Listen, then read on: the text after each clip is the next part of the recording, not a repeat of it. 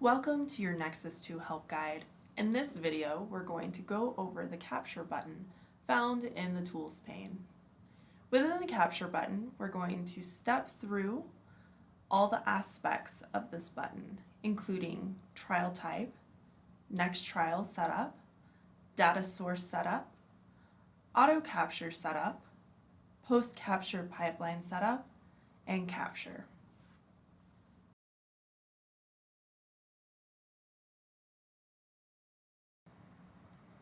To begin, we have our trial type.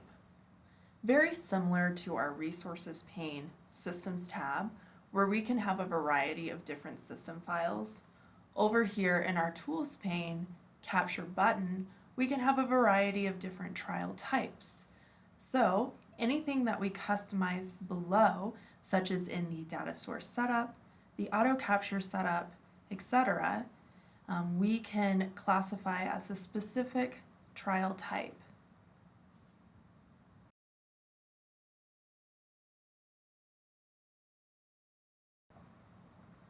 In the next trial setup, we begin with our session section. Right now you'll see that we do not have a session selected within data management. To do so, we can go to the Communications pane and Data Management tab. Here, we can either create a new session using the Session button, or we can open up an existing session that we want to collect trials in. Once your session has been selected, you'll see it listed in this Session section.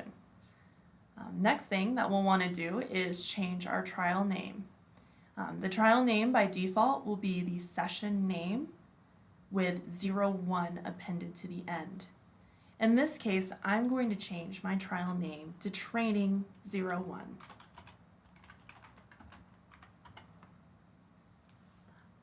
Something that Nexus will do for you is it will auto-increment your trial numbers for you. Down at the bottom of this next trial setup, we'll see that we do have auto-increment trial numbers selected. If we were to unselect this option, we would need to change the trial number manually for each data collection. Now that we have our trial name, we could go ahead and add in any descriptions or notes that we would like to for this data collection. Descriptions and notes could be used to describe the type of trial being collected, if there's anything unusual or something that should be noted with the trial. Please note that you can make alterations to the descriptions and notes after you have collected a trial. For example, I'm going to go ahead and add in a description here that's going to be called testing. I'm going to collect a short trial, and what we're going to see populate down below in our Communications pane Data Management tab is our newly collected trial, along with a description that we had typed in within this next trial setup section. If we decided that we do not like the word testing, we could go ahead and change that to something else. If we decided that we had a note we wanted to add, we could do so here as well. The last thing that I would like to mention within the next trial setup section is the permit overwrite of existing files. This is something where it is unselected by default, but you do have the option to select this trial. That means if you collected a trial such as Training 01 and you decided you wanted to recollect this trial because you did not like Training 01, you could tick this option on and change Training 02 to Training 01, and you could rewrite over the trial you have collected.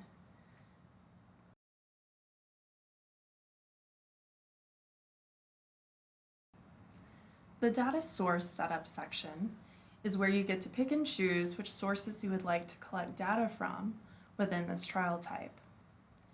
These options include device data, optical camera data, or video camera data.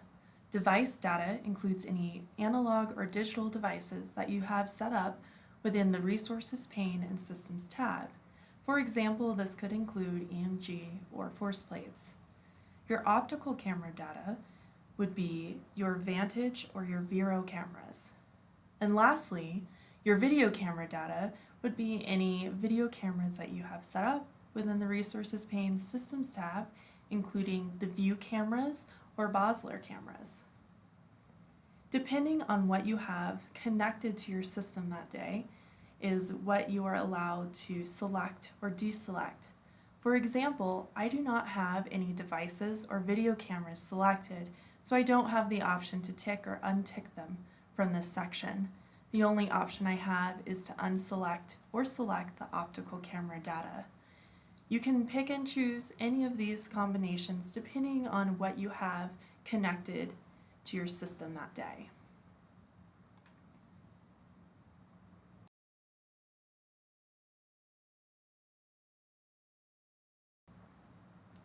The Auto Capture Setup section is a great place for you to control the start and stop of your trials, as well as the length of your trials. Let's begin by looking at the Range section. In this section, we have an option to capture before start, as well as stop after duration. I have set up an example for us. Here, we'll see that I clicked on Capture Before Start, 3 seconds. This means if I arm my system by hitting the arm button, Nexus will start buffering 3 seconds of data for me. Thus, when I hit start, the 3 seconds of data that has been buffered before I hit start will save and then continue on with collecting the rest of that trial until I hit stop.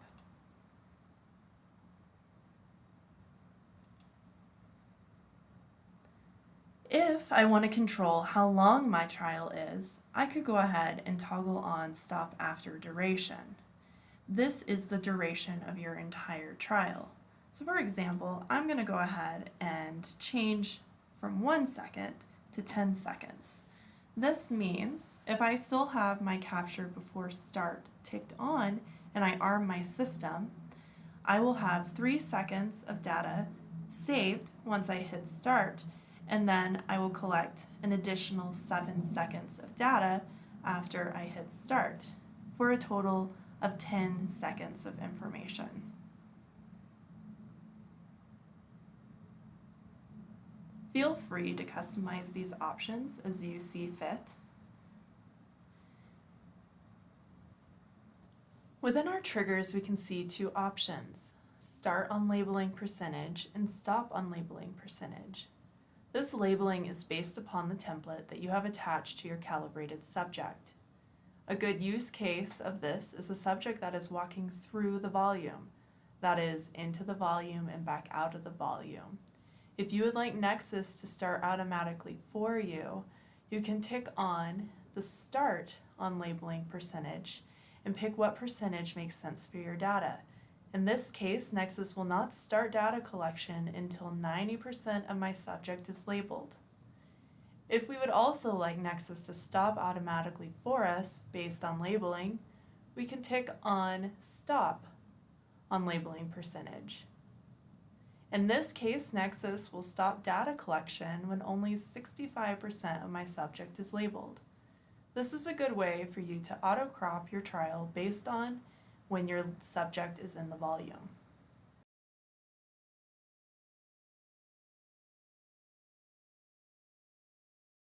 In this example, you can see that we have armed our system. This is displayed in the red box. And now note that as the subject enters the volume, once 90% of the subject is labeled, Nexus will start capture. Once only 65% of my subject is labeled, Nexus will stop capture. These percentages can be modified.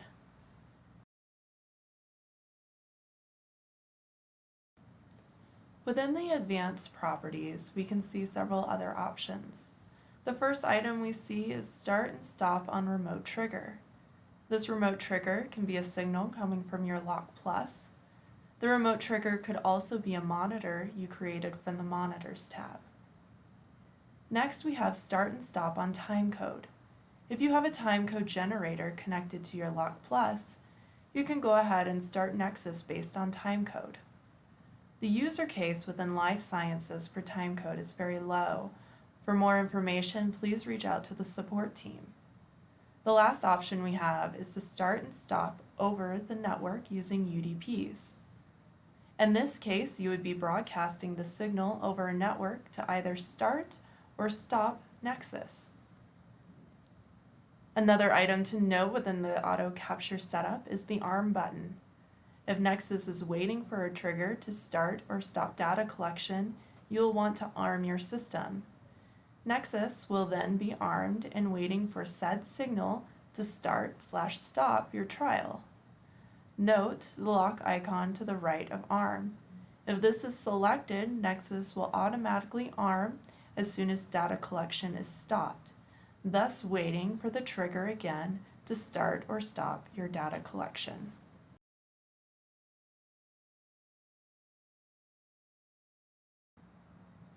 The post-capture pipeline setup gives you the option to run a pipeline after you have collected a trial. In this case, Nexus will automatically go offline and run any selected pipeline for you. To utilize this, what you'll do is you'll tick on the Run Pipeline After Capture option, and you'll see that you gain access to the drop-down below. What you can do then is select a pre-configured pipeline that you would like to run automatically right after your trial has been collected.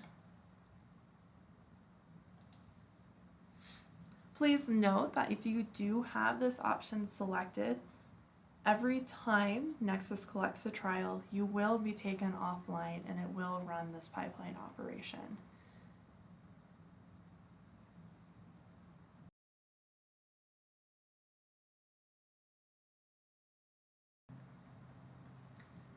Lastly, we have our capture section. This is where we can manually start and stop data collections.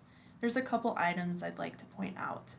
On the bottom right, we have the ability to see our trial's length in seconds, and on the left, we can take a look and see our frame count as well. I'm going to go ahead and manually start data collection. You'll see the frame count change as well as our time in seconds. One more item to take note of is in Nexus 2 during data collection, you will see a red flashing dot that indicates you are capturing data.